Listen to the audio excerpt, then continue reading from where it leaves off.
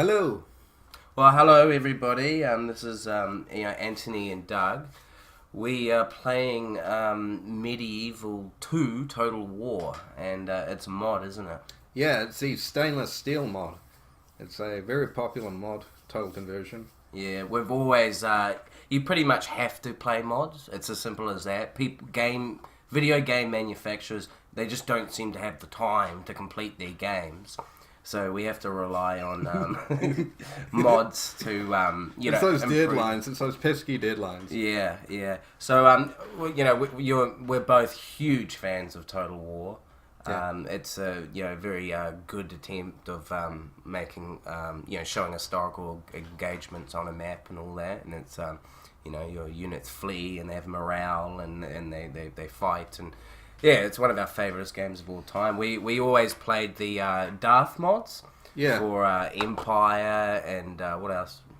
We did that for Empire and Napoleon. Yeah, and then there's Europa Barbarorum, which is one of the greatest mods ever for Rome 2. It just makes, Rome 2 is just a... Sorry. Rome 1. Sorry, I meant Rome 1. So Rome Have 1... they done one for Rome 2? Maybe they have. There might be something in the pipeline, yeah. Did you know Europa Barbarorum has now been released on Medieval 2? Oh, really? Yeah. Oh, cool. For me, for some reason, I always liked the Medieval 2 engine the best.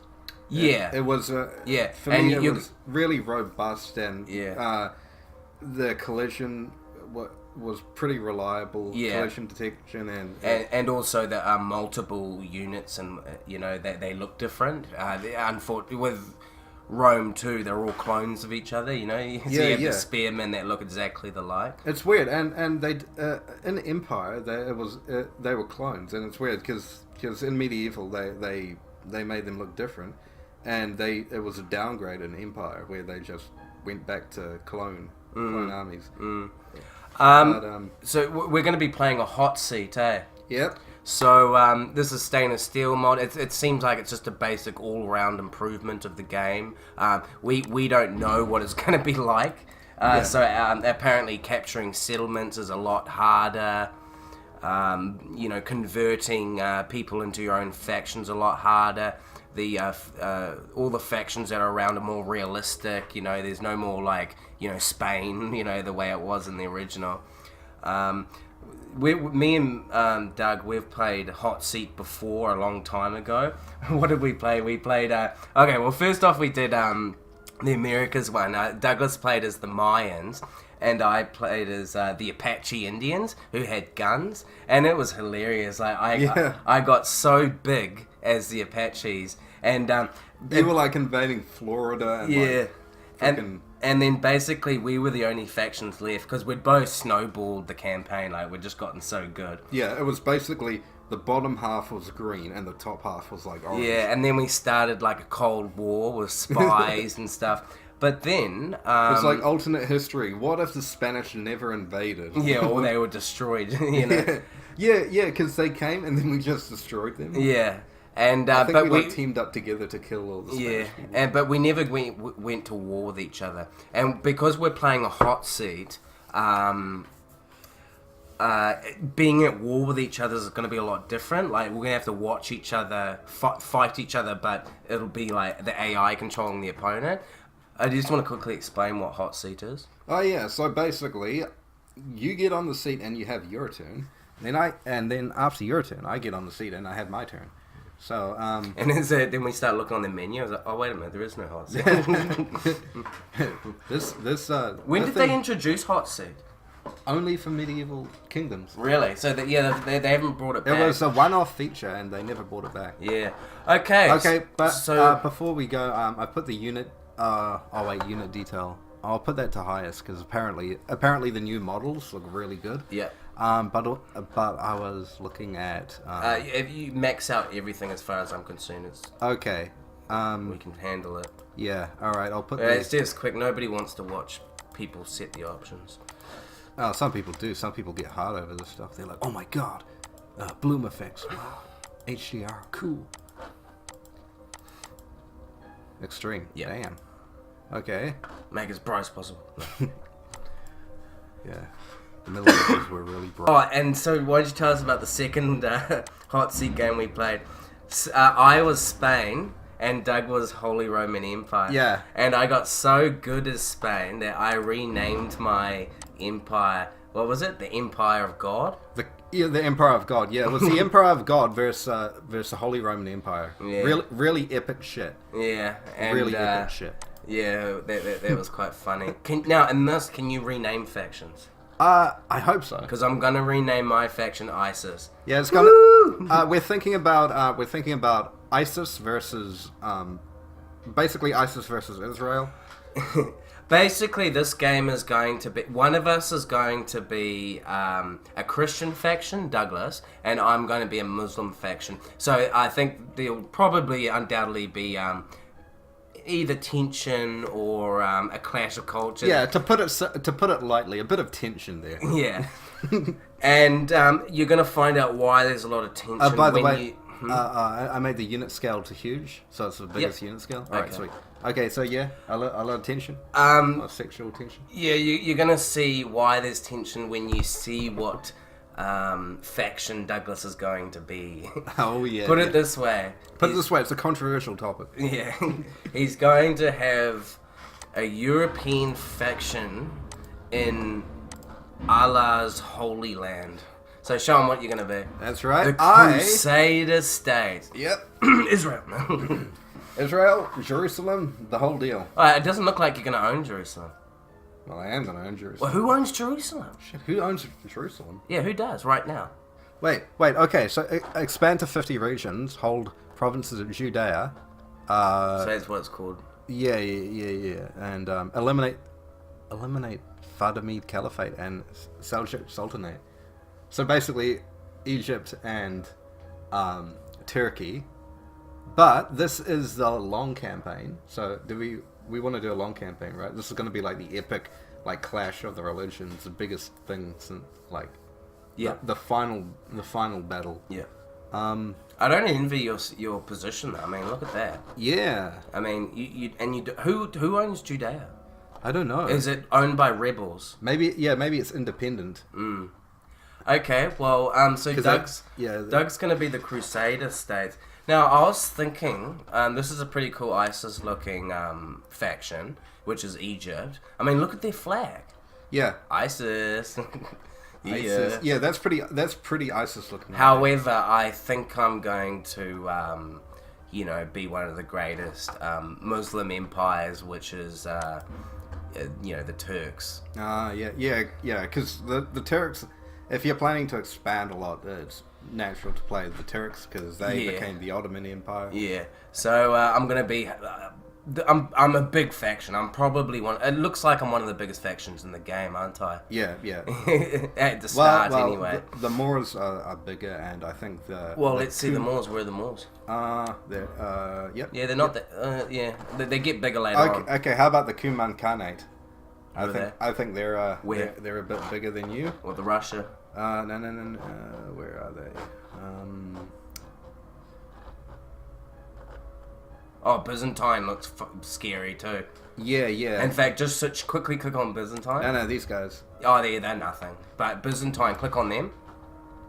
Yep. Now compare them to the Turks. So they're going to be a huge worry to me. Notice how they've got the same that same logo from Barbarian Invasion, the Eastern Roman Empire logo.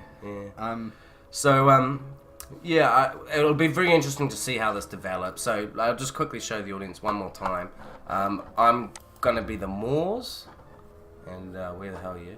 Yeah. And Doug's gonna be here. So I'm. Hey, we're like touching. We're touching. We're gonna be neighbors. One's gonna be Christian. One's gonna be Muslim. Okay, this is gonna get serious. I think we should have like some World War II Stalin.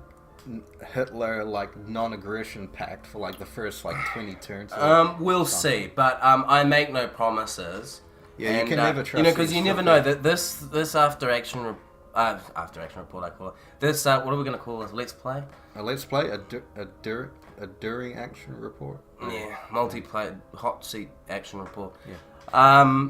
Yeah, who knows what's going to happen? Like, this might be 2 or 3 videos. It could be 1 video. We just don't... It could be 10 videos. It could be 50, you know? Yeah, Antony could get his ass kicked in 2 turns and it will be over. Yeah. Turns can take a long time. And undoubtedly there'll be a lot of talking. So I suppose we should get started now. Yeah, before we get started, I should probably change from single player to Hotseat, shouldn't I? Yeah, it might help. Yeah, it might help.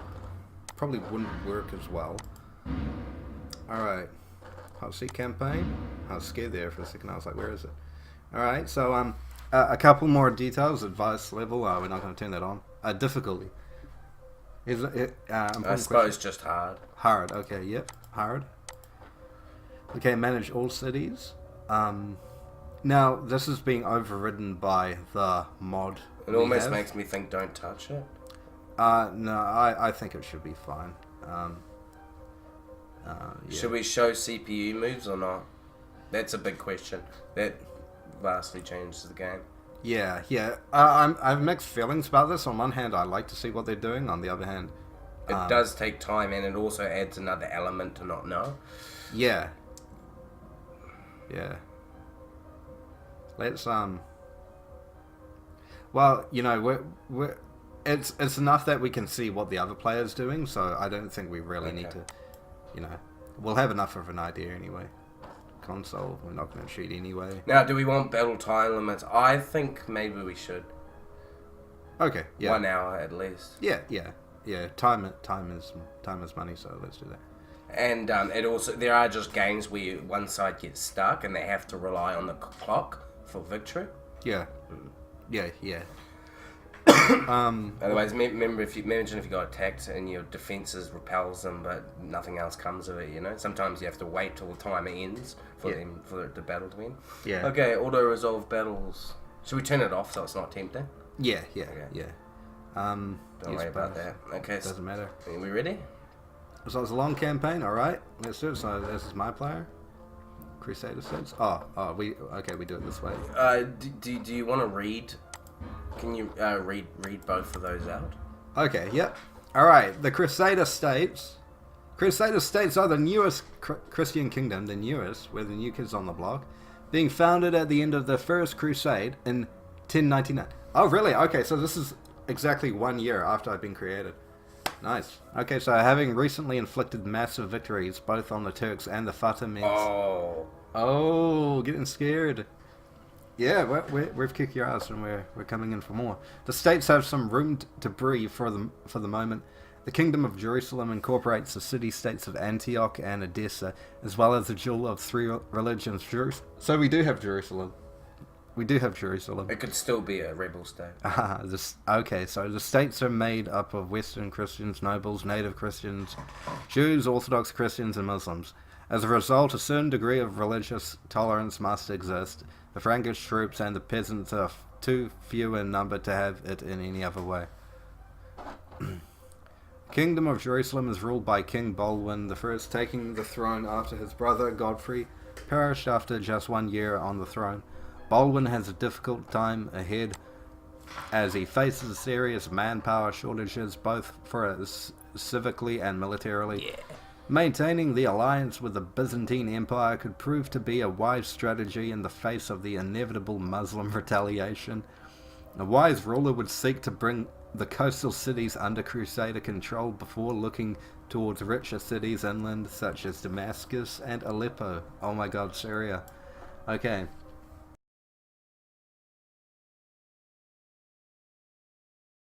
The Crusader States rely heavily on the might of Western troops to make the most of its army at the time.